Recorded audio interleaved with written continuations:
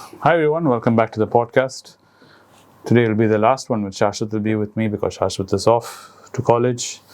So we wish him a great semester ahead and hope you do well and hope you have a good time in college and campus. That being said, today I thought we can talk about the importance of eloquence. What is eloquence and why it's important? And a great example of eloquence and importance of eloquence is none other than Swami Vivekananda. And I thought Shashwat can elaborate a little bit on this, and then I'll try and add in a little bit more as we go along. Yes, Shashwat. So, eloquence and oratory skills are two things which, they're more of one thing, but extension of each other. Yes. And so, regardless, these two aspects of speaking or communication are very crucial. Because this is coming from an introvert. I don't speak very much, although it may look, this may come as a surprise to most of you, because all I do is speak on this channel. But it's quite the opposite in real life. I prefer not to speak most of the time, and I'm a huge introvert.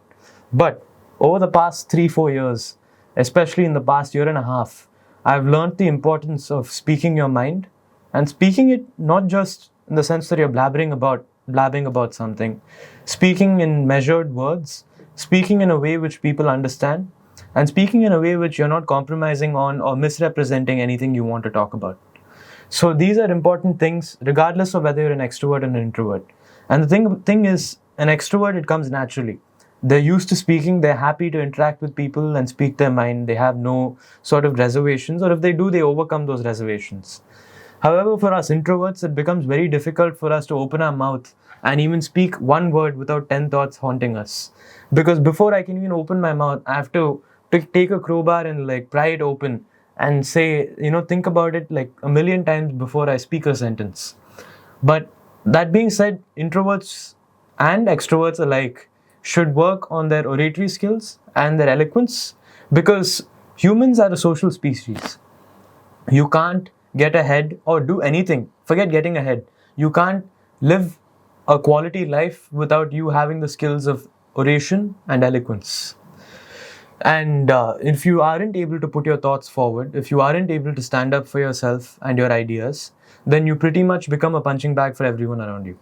They get to foist whatever they want onto you, and they get to say whatever you want, and your thoughts are misrepresented, and this is not a place you want to be. And introverts can very much relate to what I'm talking about. And extroverts, please try to relate.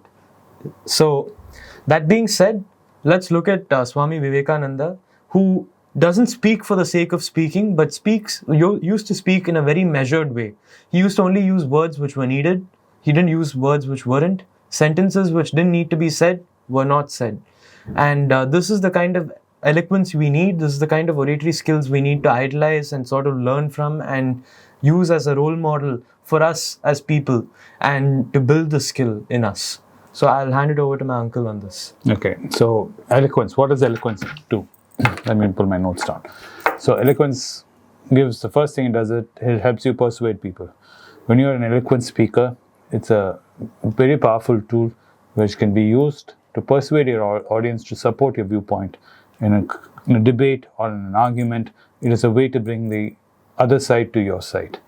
When you use persuasion, it is a way to convince people, when you especially speak eloquently, that you are knowledgeable and you're credible in what you're saying, that you're just not faffing, as Shashwat says, that you actually come from a point of knowledge and the point which is sound in fact.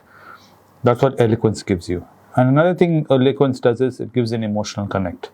Emotional connect is the other person vibes with you, they understand what you're trying to say from your point of view, and they know that you're talking from their point of view, and it creates an emotional connect, and it evokes a whole range of emotions from passion and enthusiasm and empathy and concern.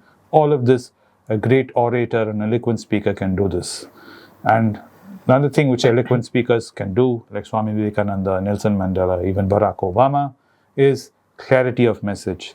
The message which is conveyed to you doesn't have more words than is required, has fewer words, and it's a very slow and measured tone which they speak in, which is very effective and kind of gets through to you in a very, or I would say in a very unique way compared to normal speech.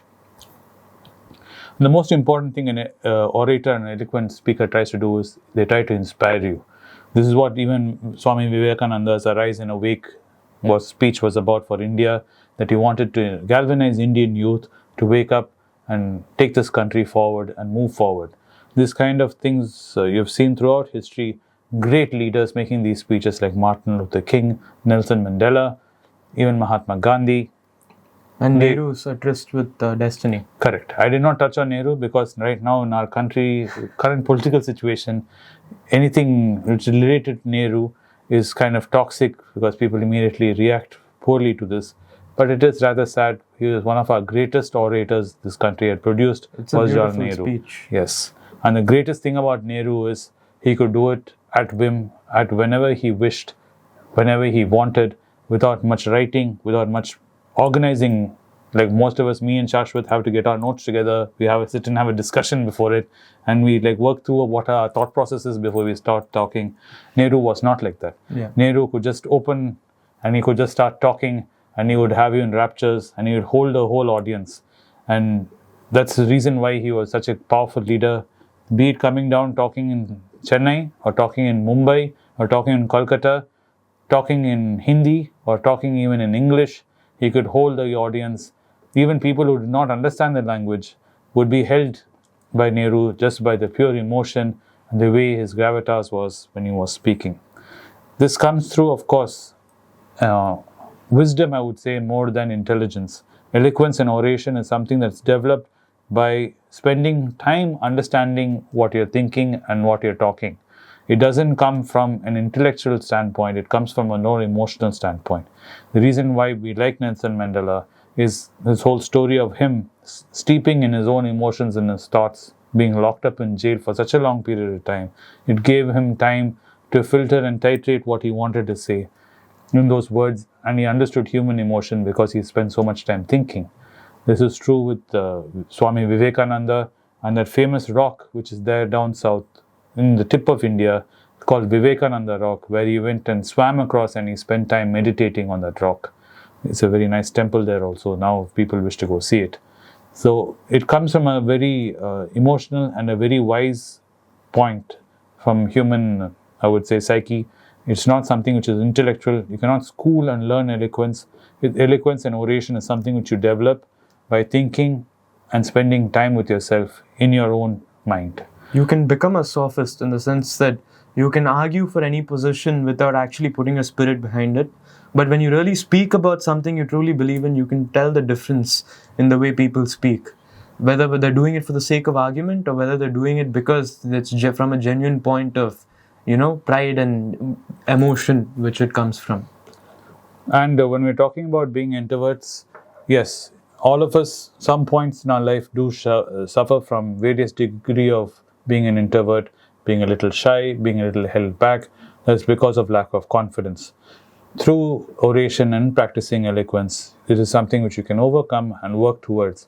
You may not get rid of it fully because depending on the type of introvert you are, but if you have a mild form of being an introvert, this is a great way of dealing with it and building confidence. And the main reason why I myself, when I was much younger, thought myself to be an introvert when I wasn't, was for the simple reason I didn't know how to talk, I didn't know how to speak, and that was because I wanted to desperately build friendships and relationships, but I didn't know how to do this.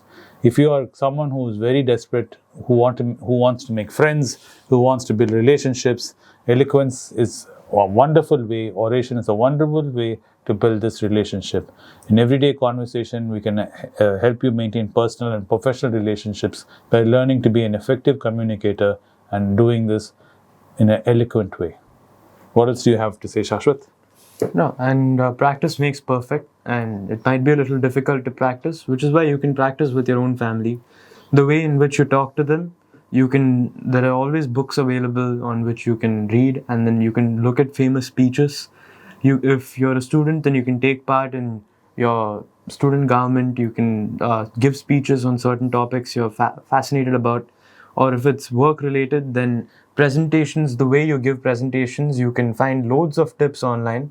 And ChatGPT, which a lot of you have been using extensively, is very useful for this because it tells you the kind of words you need to be using, the kind of sentence structures. You just need to type in saying, "Hey ChatGPT, please help me refine my speech," and then copy paste your written speech, and it'll tell you this is where you've gone wrong, and this is where you need to change things, and then you should revise and recite it. And the reason I started making these videos was because I wanted to build on my speech, because I had written a few articles before coming on here, but my oratory skills were nowhere near my written skills, which is why I continue to make these videos, because it serves as a way for me to practice. And I'm sure all of you have some avenue. You just have to get creative in the sort of realms you have in order to be able to speak to a gathering of people, and you get over this fear. And main thing about becoming eloquent is slowing down your speech and being more measured in your speech. If you notice any great orator, the thing which will be a hallmark of all great orators is the speed they speak at. They tend to slow their words down. They tend to give a lot of gaps between what they're saying. And those pauses are meant for a reason, because it allows the other person to hear your words and process the information, what you're trying to say. If you talk too fast, most people miss out half the things you're saying because they can't process it. So keep all this in mind. And like Shashwat said, ChatGPT is a wonderful tool. Those of you who can afford to take a subscription can even start talking with ChatGPT, and it's a wonderful way to practice any language, just not oration in English. If you're someone who's trying to learn a foreign language and you want to be public speaker in that foreign language, let's say you've been moved into a management role in a new company in a new country, and you would like to try and practice a few words, at least to welcome people to your leadership, you can definitely use ChatGPT to practice even in multiple languages and multiple formats. And it's a great tool if you're especially a very private person like Shashwat. You don't have to feel embarrassed or ashamed. You can do it in your privacy of your room all by yourself. Yeah, and you just have to record yourself and listen to it back. Correct. Anyway, I hope you found this podcast informative and entertaining as always. It was wonderful to have Shashwat with me for the last two. And we wish him all the best. I'm sure all of you are wishing him too. And we'll see you in the next one when you're back from your semester break again, Shashwat. Yes, thank you. Thanks, guys. Bye.